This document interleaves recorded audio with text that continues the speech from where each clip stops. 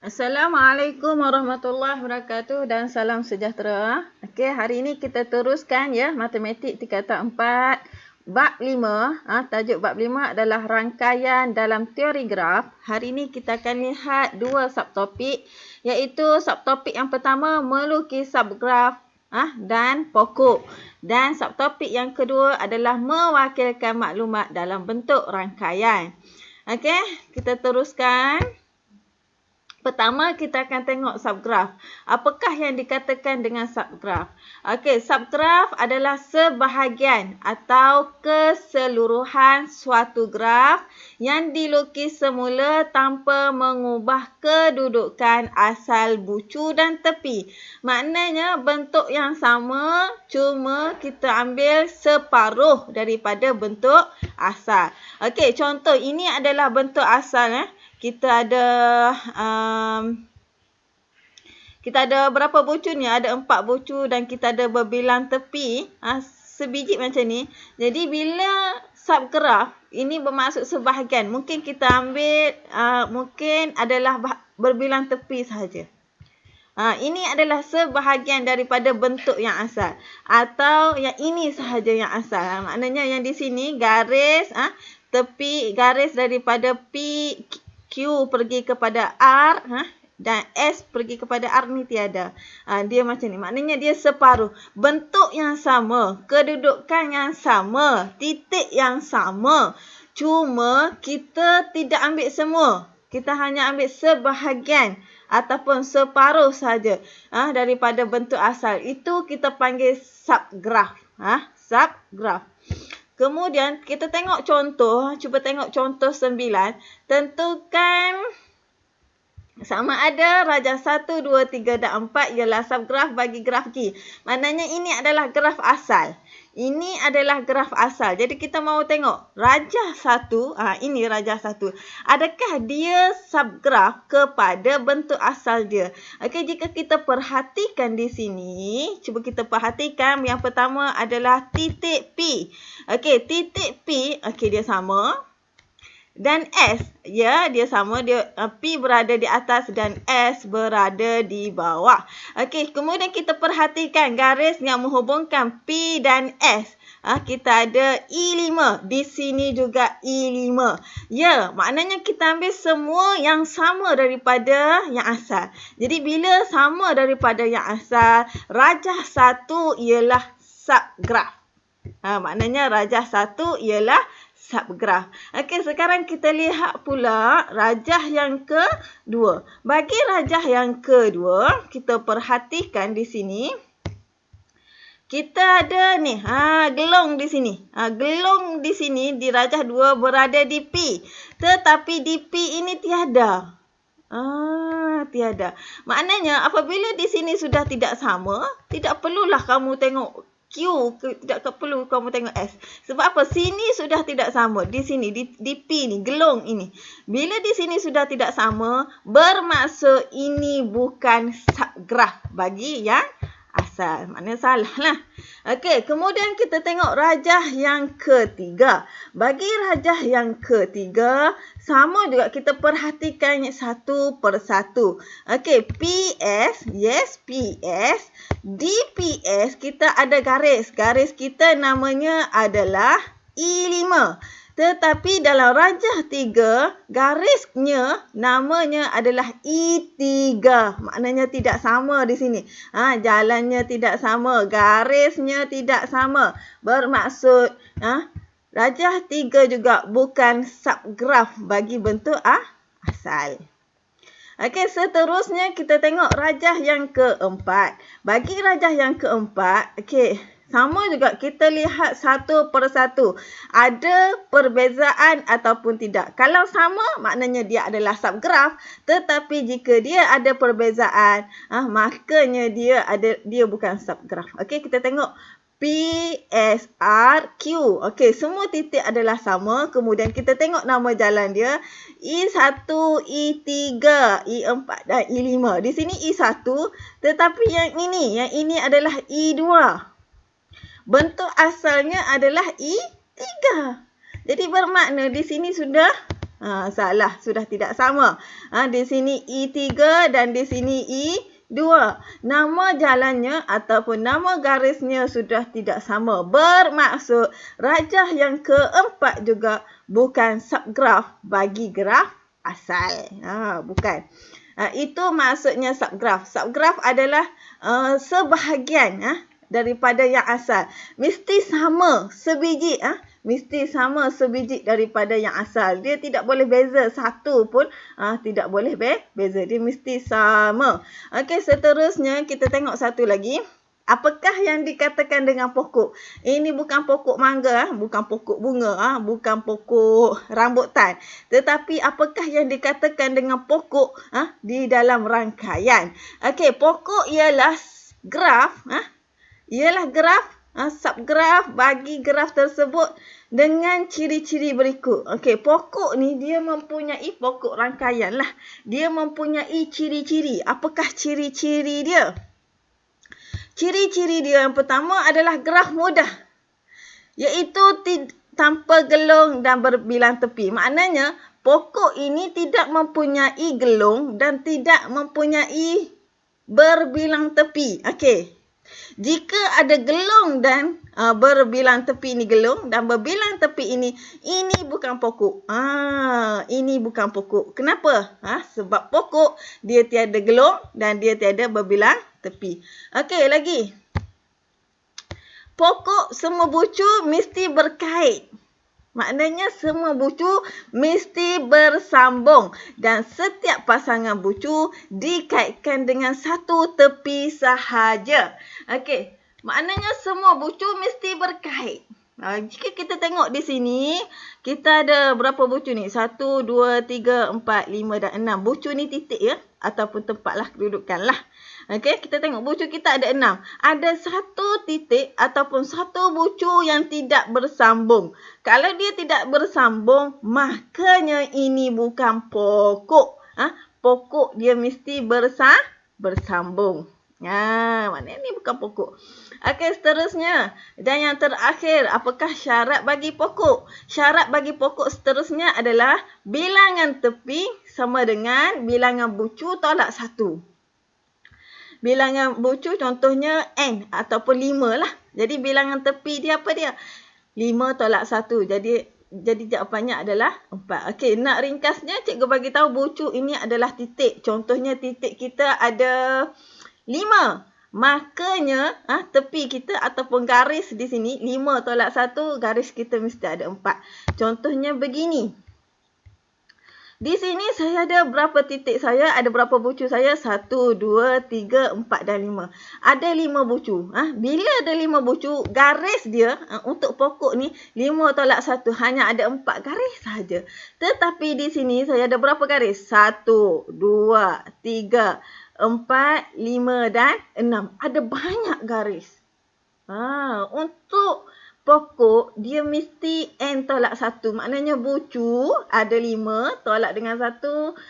Jadi jawapannya adalah 4. Mesti ada 4 garis saja. Tetapi dalam gambar rajah ini, kita ada berapa garis ni?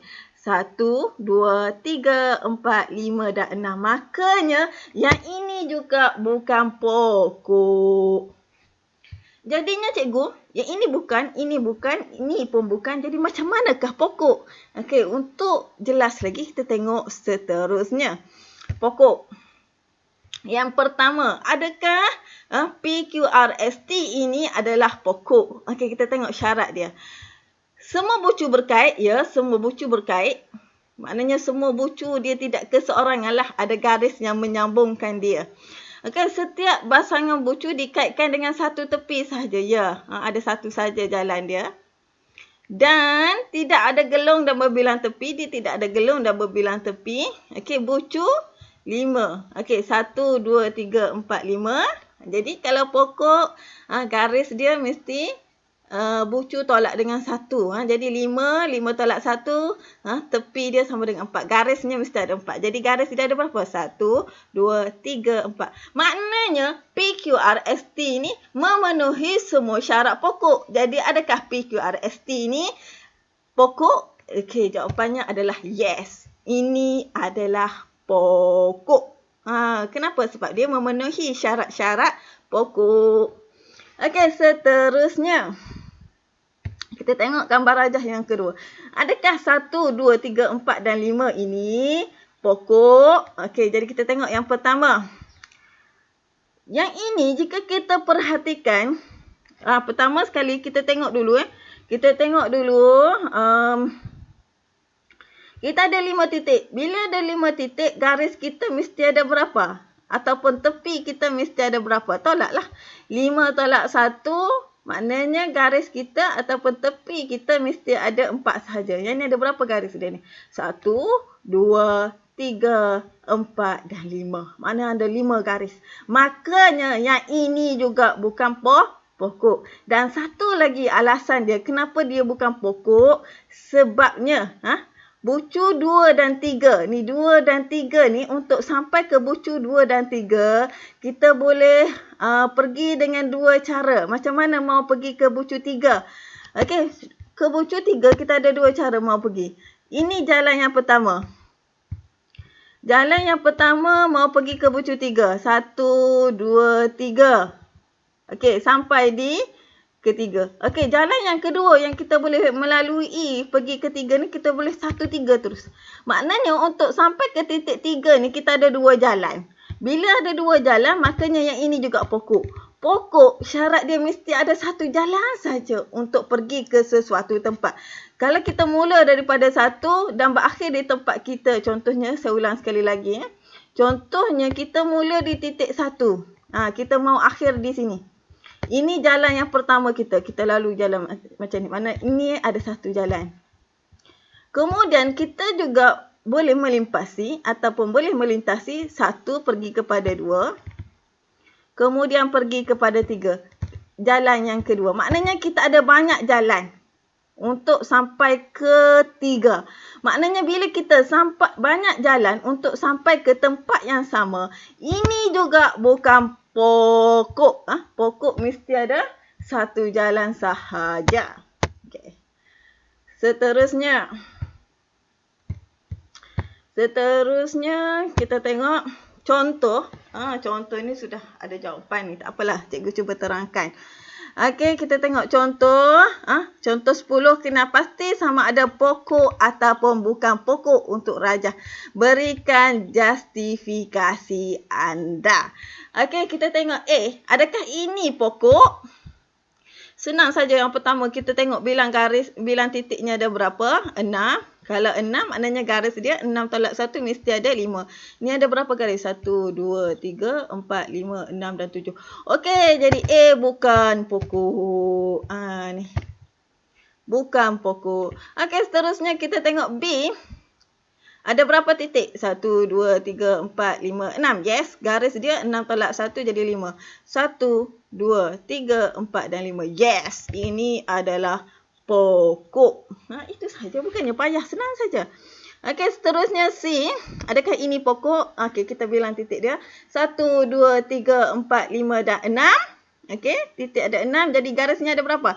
1, 2, 3, 4 dan 5. Jadi ini juga C juga pokok. C juga pokok. Dan D, jika kita perhatikan di sini D, kita ada berapa titik? 1, 2, 3, 4, 5 dan 6. Okey, ada 6 titik. Kita punya garis 1, 2, 3, 4, 5. 1, 2, 3, 4. Maknanya kita ada 4 sahaja garis. 4 sahaja garis. Maknanya dia tidak memenuhi syarat lah. Kalau titik ada 6, maknanya garis dia ada 5. Jadi yang D ini juga bukan pokok. Bukan pokok. Okey, seterusnya. Untuk lebih jelas lagi, kita tengok slide seterusnya. Lukis satu pokok daripada maklumat yang diberi. Okey, dia bagi kamu bucu 6. Dia bagi kamu bucu 6 saja. Dia suruh kamu lukis pokok. Macam mana mau lukis bayi ni? Jadi kita mau lukis, dia sudah bagi kamu bucu 6. Maknanya titik ada 6. Jadi bila kita mau melukis, kita kena pastikan syarat dia adalah bilangan tepi ataupun garis kita ada 5. Kalau bucu 6, garis mesti ada 5. Okey, yang pertama kita buat dulu. Ini jawapan saya. Kita ada bucu 6. Ini mesti bersambung titik. Kita ada bucu 6. Mesti buat bucu 6. Mesti ada titik 6. 1, 2, 3, 4, 5 dan 6. Dan garis kita mesti N tolak 1. 6 tolak 1. Mesti ada 5 saja garis. 1, 2, 3, 4 dan 5. Ini adalah pokok. Okey, ini jawapan saya. Jawapan dalam buku teks seperti ini. Ini jawapan buku teks. Cikgu, lain ni. Sama ke ni cikgu? Okey, selagi mana memenuhi syarat, jawapan adalah betul. Saya ulang sekali lagi. Selagi mana memenuhi syarat yang diberikan, kita untuk melukis pokok, kita ada banyak jawapan. Banyak bentuk. Selagi mana memenuhi syarat dia. Okey, seterusnya. Kita tengok contoh yang kedua. Dia bagi kamu bucu 8. Kalau bucu 8, garisnya berapa? Jadi 8 tolak 1 lah. Garis untuk melukis kita ada 7. Bucu titik ada 8. Garis ada tu 7. Ini contoh cikgu. Cikgu macam payung. Iya. Terpulang kepada kamu. Kamu mau lukis bentuk apa? Asalkan jawapan kamu. Asalkan kamu mengikut syarat yang diberikan lah. Okey, kita tengok berapa titik kita. 1, 2, 3, 4, 5, 6, 7, 8.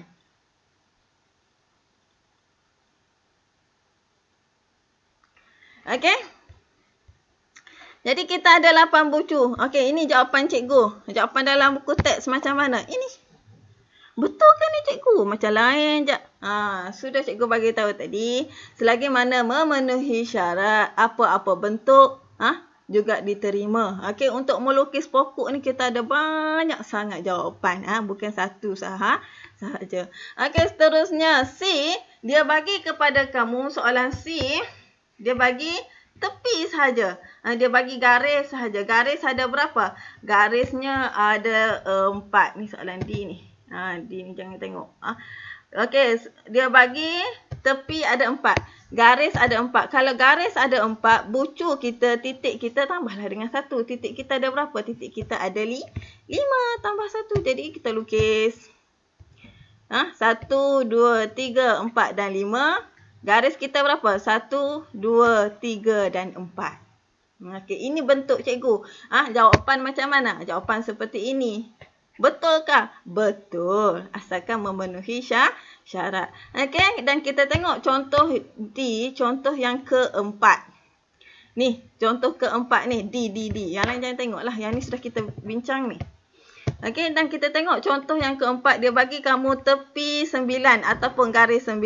Kalau garis 9, titiknya berapa? Bucunya berapa? Tambah saja dengan 1. 9 tambah 1, titiknya ada 10. Jadi ini contoh cikgu.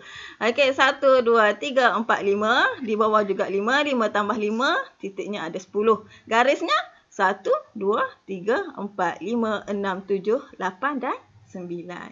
Ini jawapan cikgu. Jawapan buku teks. Begini. Apa-apa jawapan pun boleh bah. Asalkan memenuhi syarat. Okey, seterusnya. Kita tengok contoh 12. Dalam contoh 12, soalan dia suruh kamu lukis 2 pokok. 2 pokok.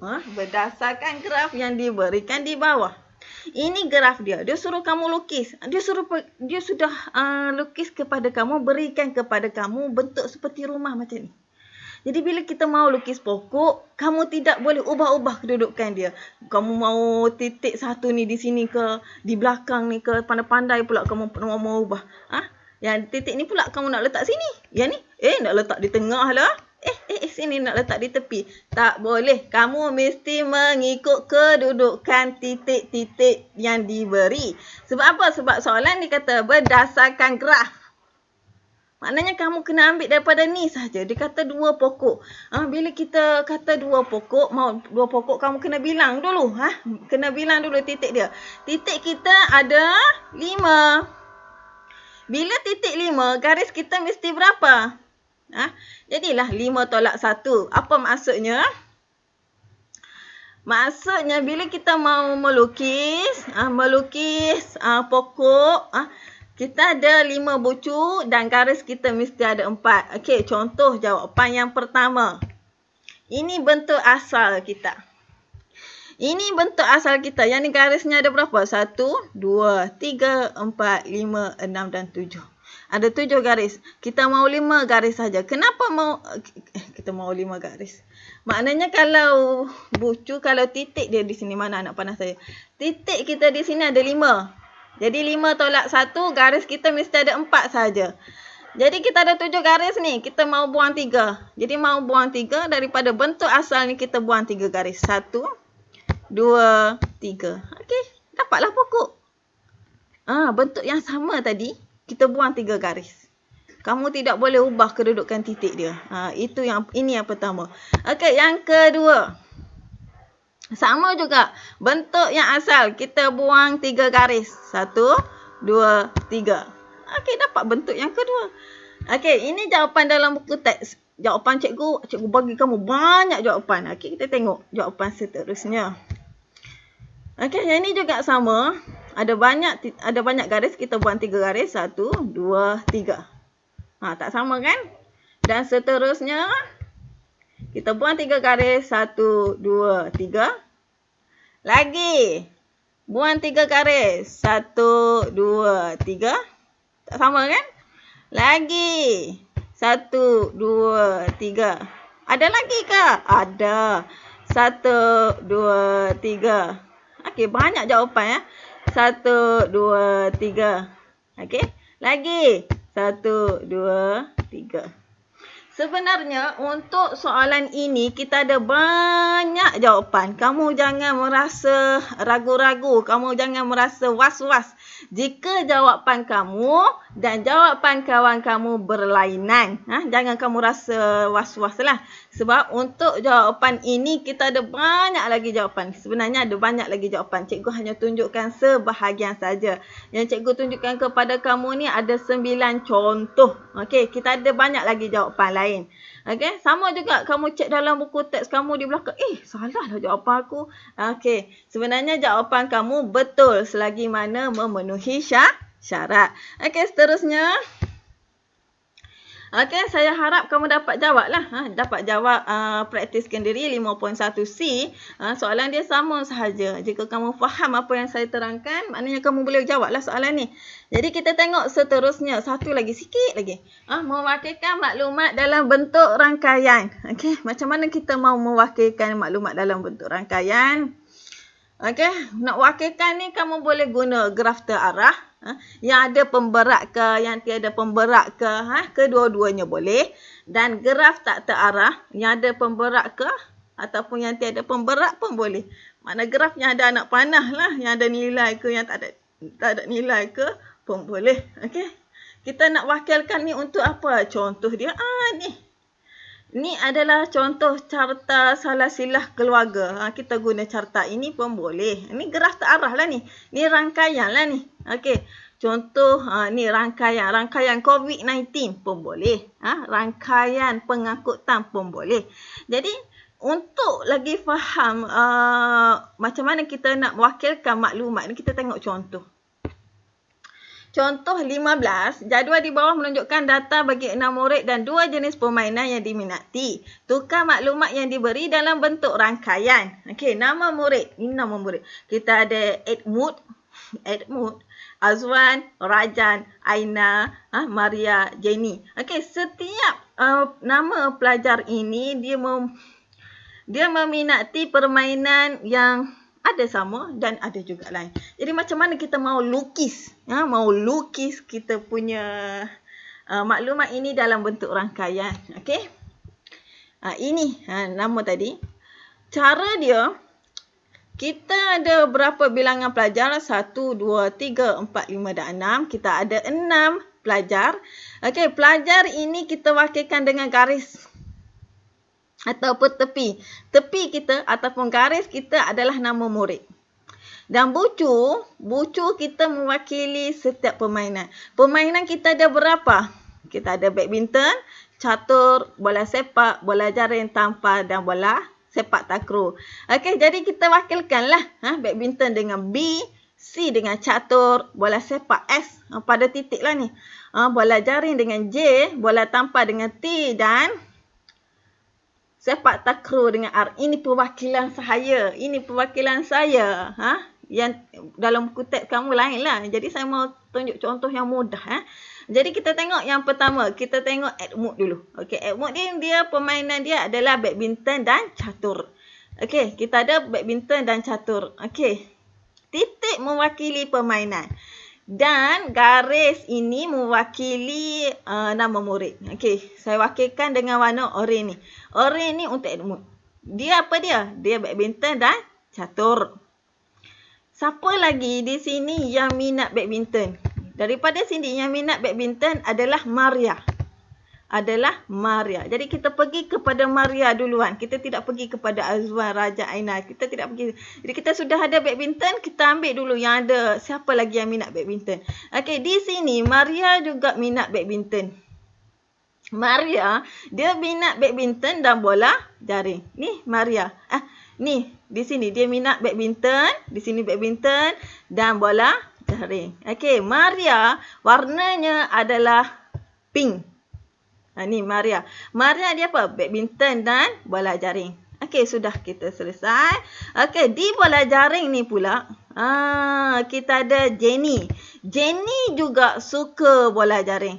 Okey, tapi Jenny suka bola jaring dan bola tampar. Kita sudah ada bola jaring. Kita tambah satu lagi bola tampar. Kenapa kena tambah bola tampar? Sebab Jenny dia suka bola jaring dan bola tampar. Jadi kita tambahlah. Okey. Bola jaring dan tampar ini untuk Jenny. Warna biru ni. Biru muda ni, biru laut ni. Okey, lagi. Siapa lagi yang suka bola jaring? Jadi kita perhatikan di sini. Yang suka bola jaring ini juga Aina. Aina ni juga suka bola jaring. Aina suka bola jaring dengan apa? Dengan catur. Adakah sudah dengan catur? Ya, ada. Ini jaring, ini bola jaring dan ini juga catur. Sambungkan saja. Dapatlah yang Aina punya. Dapatlah yang Aina punya. Sebab Aina suka catur dan bola jaring. Dapatlah yang Aina. Okey, kita sudah siap yang ni. Lagi, kita tengok lagi. Ada lagi tak yang suka catur? Ada. Siapa? Rajan. Mana Rajan? Ini Rajan. Rajan juga suka catur. Dia suka catur dengan apa? Bola sepak. Ada sudah ke bola sepak di sini? Tiada. Bola sepak adalah S. Jadi kita buat kita punya bucu kita S. Ini bola sepak. Ini catur. Okey. Rajan dia suka catur dan bola sepak. Jadi kita sambunglah. Ini Rajan. Rajan warnanya adalah merah. Dan seterusnya. Okey. Kita ada Azwan. Azwan ini suka bola sepak dan takraw. Kita ada bola sepak di sini. Ini bola sepak. Tetapi takraw kita sudah ada ke? Ni sepak, ni catur, ni bola badminton, bola jaring, bola tampar. Kita punya sepak takraw tiada lagi. Jadi tiada, kita letak titik kita. Ini takraw. Jadi Azwan dia suka bola sepak dan takraw. Ini untuk Azwan. Okey, jadi siaplah kita punya rangkaian. Okey, senang saja. Senang saja sebenarnya kita mau mewakilkan. Cumanya kita kena teliti setiap bucu dan setiap garis kita. Kamu kena perhatikan satu persatu. Cikgu, bolehkah ada bentuk lain? Saya dapat bentuk lain lah cikgu. Saya tak dapat bentuk macam ni. Okey, betul jawapan kamu selagi mana memenuhi syarat. Okey, ini bentuk cikgu. Mungkin bentuk cikgu dan bentuk kamu lain. Okey, ingat bila kita melukis rangkaian, kita ada macam-macam bentuk. Kita ada banyak bentuk. Okey, jawapan kamu juga diterima selagi mana memenuhi syarat lah. Okey. Cikgu harap kamu dapat jawab lah. Jawab soalan praktis kendiri 5.1D. Okey. Itu sahaja untuk tajuk rangkaian. Habislah sudah tajuk rangkaian. Tajuk rangkaian ni sebenarnya nampak susah. Tapi sebenarnya senang gila.